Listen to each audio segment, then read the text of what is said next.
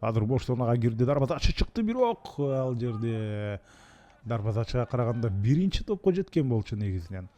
Албетте топ анткени стандарт кабал.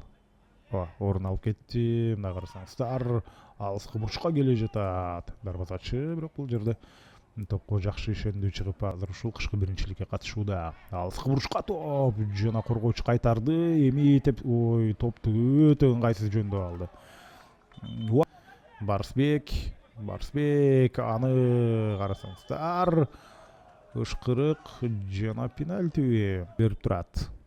Барсбек Манас уулу Адис Алмазовго каршы жана ошентип Барсбек Манас уулу эсепти ачты. Айлак командасы алдыга сурулуп карама-каршы тарапка өттү.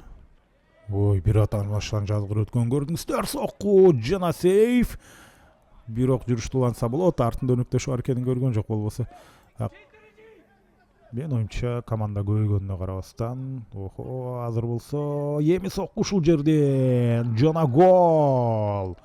Экинчи гол жаралды жана ушунчалык ишендүү чуркап келди. Байкап көрсөңүздөр, мынакей көрдүңүздөр, ушул келип туруп бир караганда дарбазачы ушул Кыргыз премьер лигасына көнүп өздөрүн азыр бул соккудан кийин. Гол!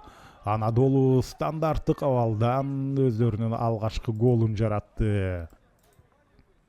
Мына карасаңыздар, ушул жерде же коргоочунун башы тийди, эмне болгон күндө делем.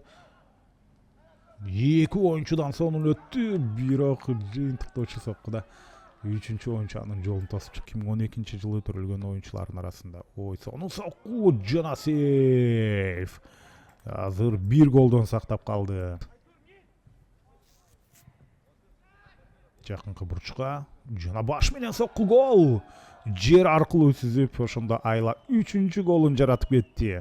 Экинчи жана үчүнчү гол анын аткаруусунда буштан чыгаруудан кийин жок, тоскоолдук кылган оюнчулар болгон экен. Арасында аны 3 атрек мүнөттөр кошулган жок. 1-3 менен ошондо кышкы биринчиликтин 7-турунда